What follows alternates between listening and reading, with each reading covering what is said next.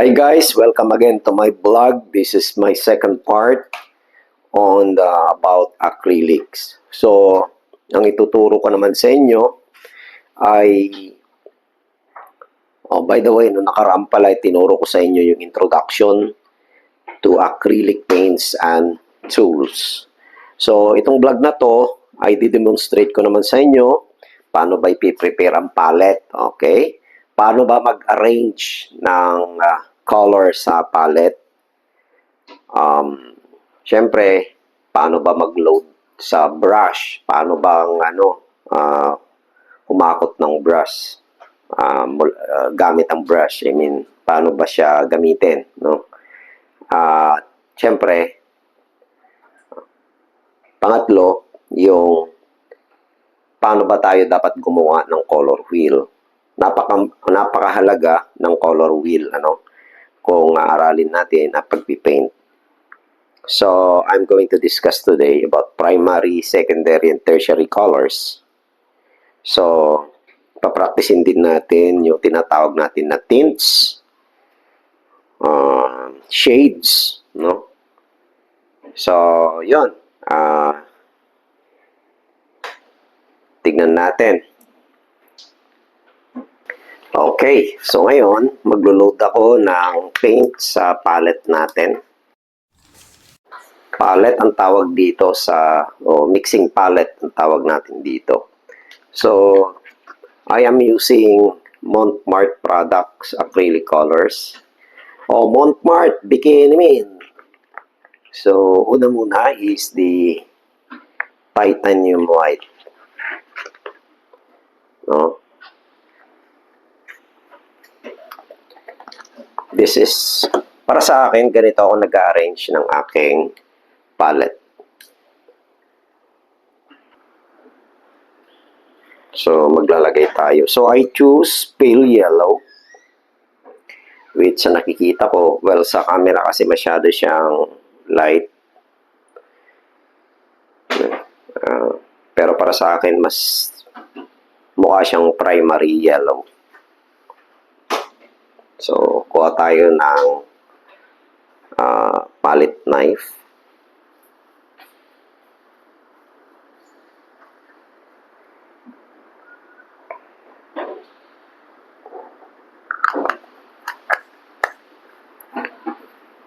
Pagkatapos,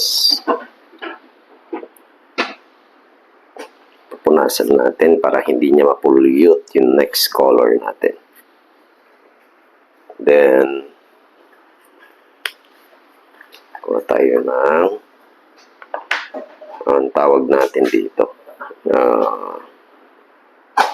This is crimson. Actually, this is may pagka deep red. Hindi siya mukhang primary.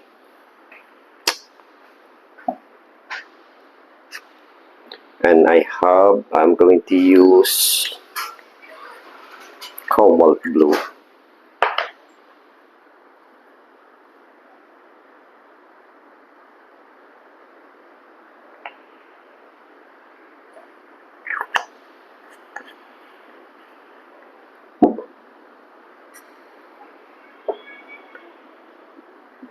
And I'll be going to use black. Ito ay Mars Black.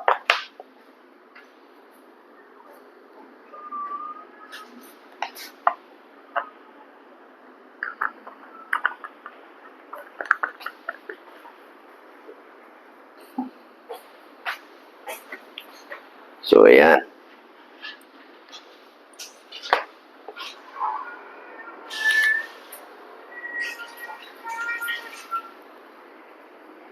Usually, bago ako magsimula, ay ginaganyan ko muna sa tubig yung aking brush. Niloload ko muna siya ng tubig. Then, ayan, medyo tinatanggal ko yung excess water niya. Dahil pag sobrang madaming tubig, masyadong lumalabnaw.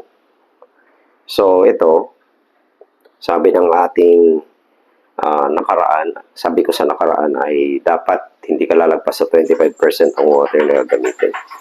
In loading your brush, ay dapat hanggat maaari po pwedeng iganon yan and then ganon, no? Okay.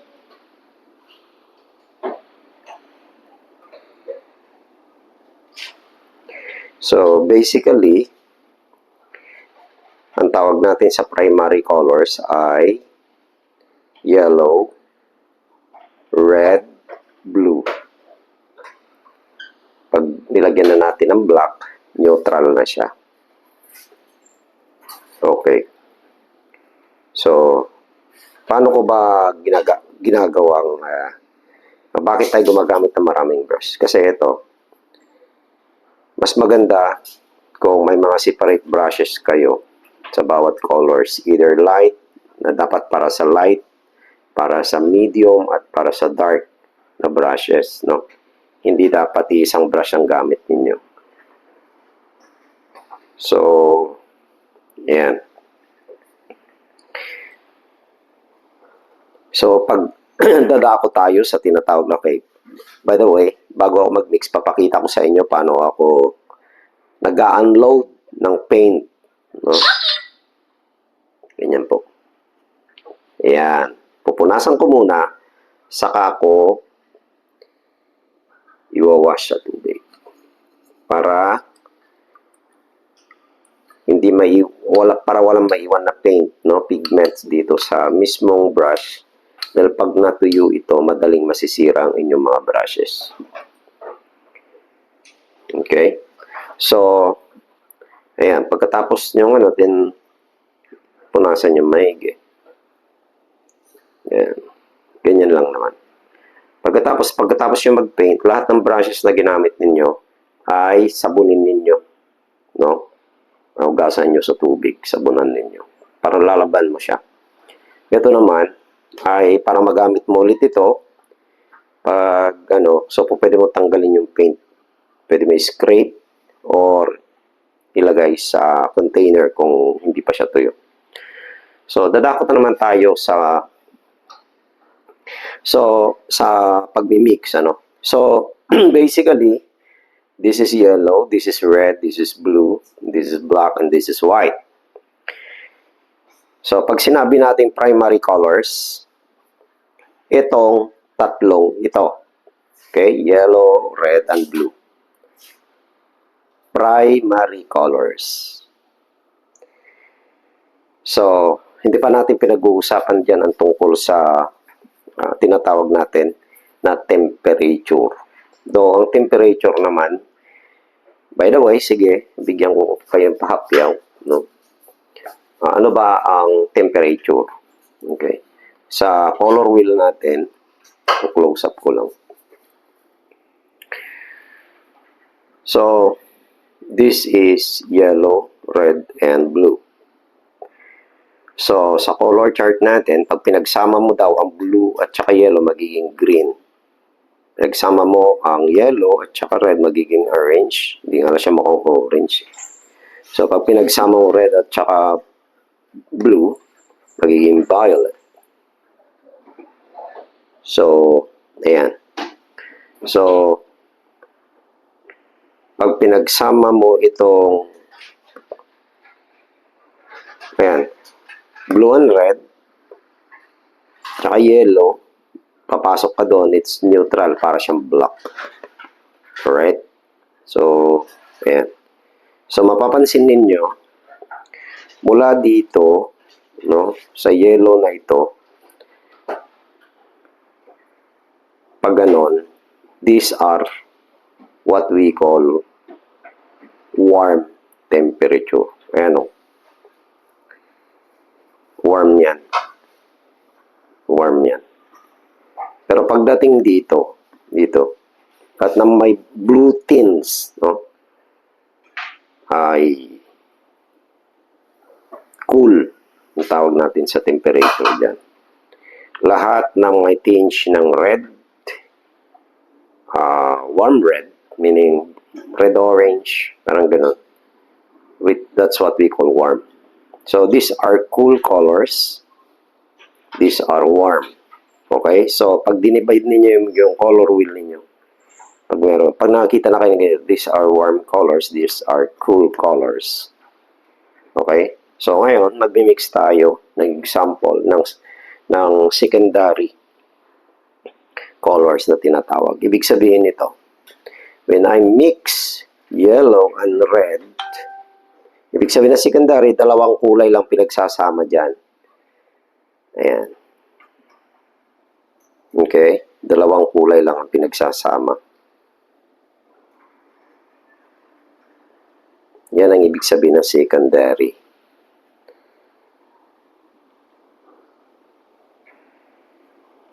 So, orange, secondary siya. Hindi siya primary. Bakit siya secondary? Galing siya dito sa primary. Kinakailangan mag-mix ka ng red and yellow para may orange. Ngayon, dito sa orange na ito,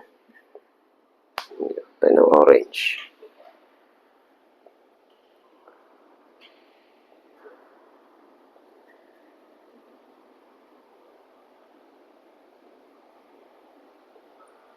Yan.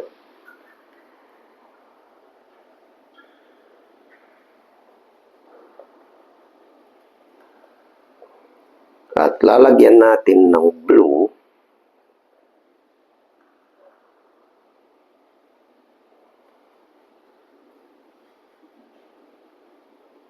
So, nagiging olive green siya. Or earth green. Or leaf green. Matter. Ano ba ang kulay niyan? So, ang tanong, warm ba or cool? These are examples of warm colors. Okay? So, ano ibig sabihin ng primary? Ang primary, hindi mo yan mamimix. Ang primary ay hindi namimix yan. Yung secondary, yan ay mix ng dalawang kulay na pinagsama. Ang tertiary colors ay pinagsama-sama yung tatlong kulay. Okay? So, I hope maliwanag yon. Ayan. So, hugas tayo ng brush. Tingnan natin yung mga iba pang examples.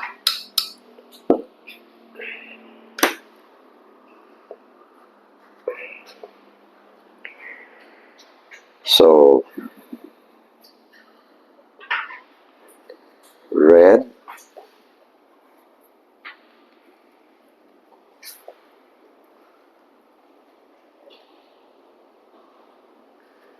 and blue,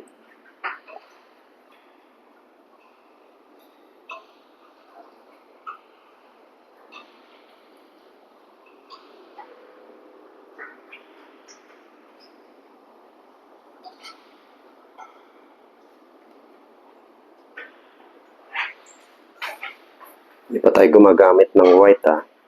Ayan. So, red and blue, basically, violet siya. So, dalawang kulay ay pinagmix, kaya napalabas ang violet.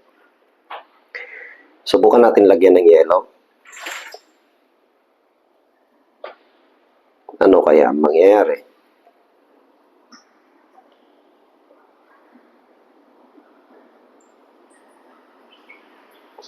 Yan. So, neutral or nagiging kulay gray siya.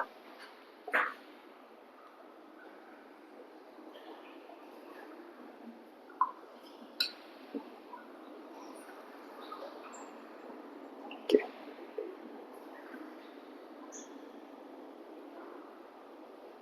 Yellow and blue.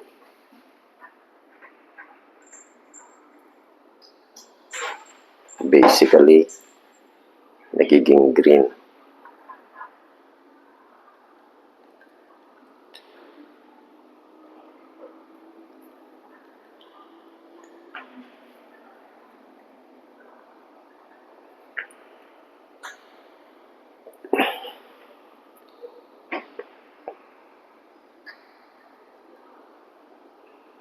Okay. So, this is green.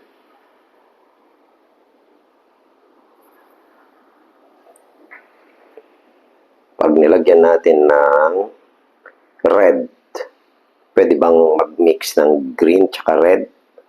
Ayan. Since they are opposite or complement, mag-neutralize siya. Yan o. So, yung sinasabi ko kanina, mag-neutral siya pag papunta sa gitna. Okay. So, basically, ano yung mga examples ng secondary colors? So, dalawang galing sa primary colors, pinagmix, no? Orange, violet, green, and these are secondary colors. Ngayon, paano yung blue-green? Tertiary na siya. Alright? Kasi mula sa green, mula sa green na color,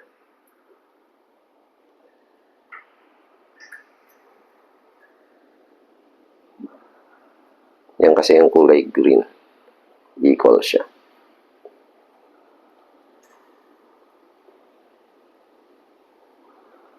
So, kapag dinagdagan mo pa ito ng blue, ito ay nagiging blue-green, no? Ayan. Tapos, papunta na siya sa, ayan. Okay? So, violet. So, ano ba? Violet is equal part of red and blue.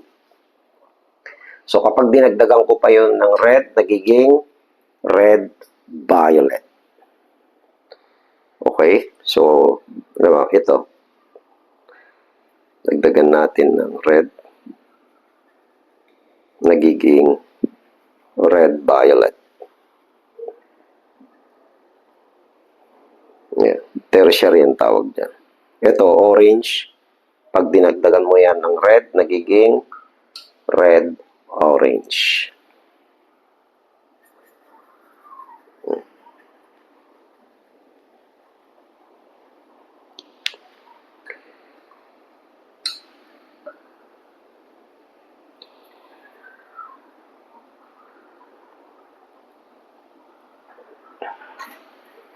So, punta naman tayo sa salitang, ano bang ibig sabihin pag sinabi nating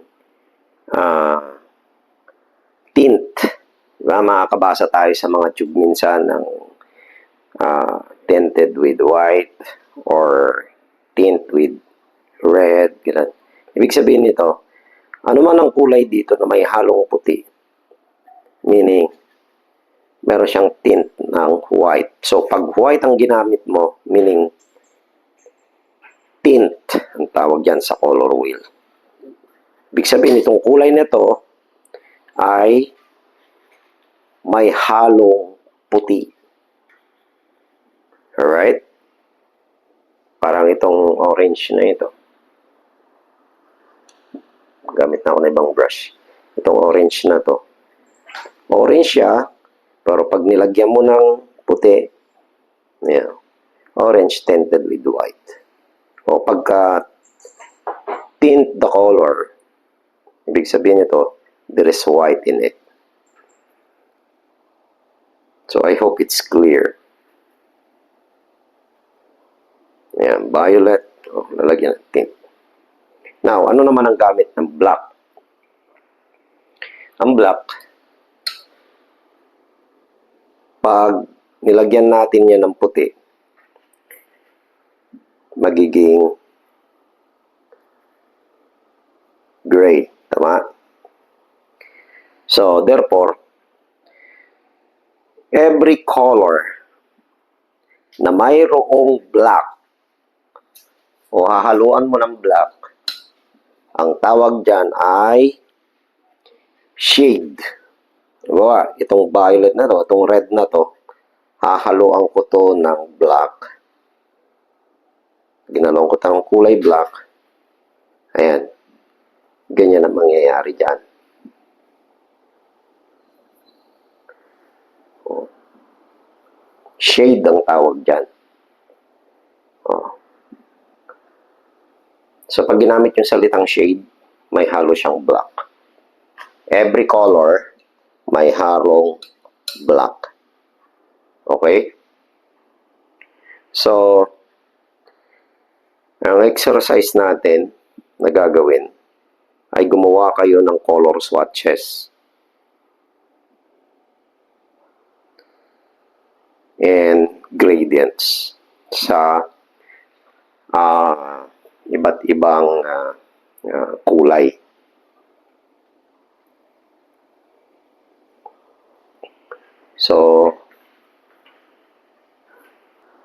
So ngayon, sa exercises, gawa tayo. Ito, mag-mix kayo halimbawa ng yellow. Equal parts para lumabas yung kulay orange. So, yan.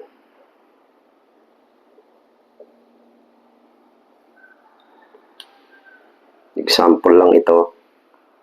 Yan, ilalagay ninyo ganyan. So, gawin ninyo na tertiary. Dagdagan nyo either na mas madaming red.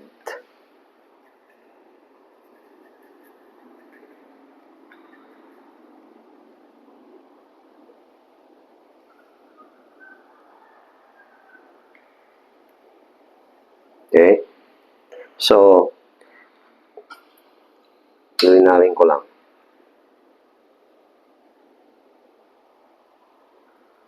Ito yung primary natin.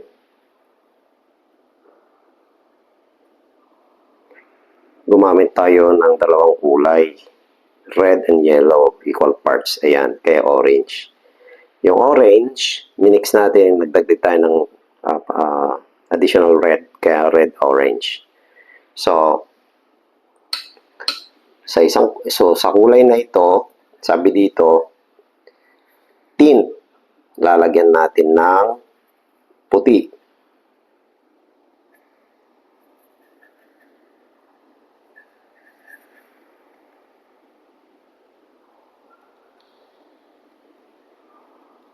Ayan. Nakuha ninyo. The next, shade. So, from this color, orange ulit. Ang kulo na. Okay, anyway, sige. Ayan. So, this is orange. Lagyan natin ng black.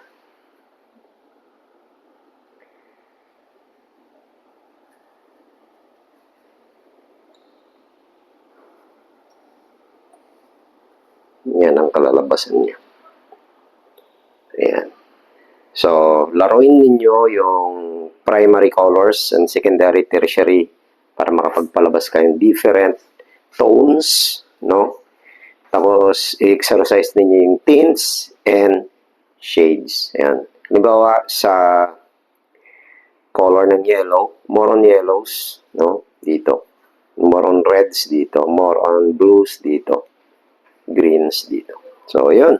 Yun lamang, guys. Maraming salamat sa pagtsatsagang manood.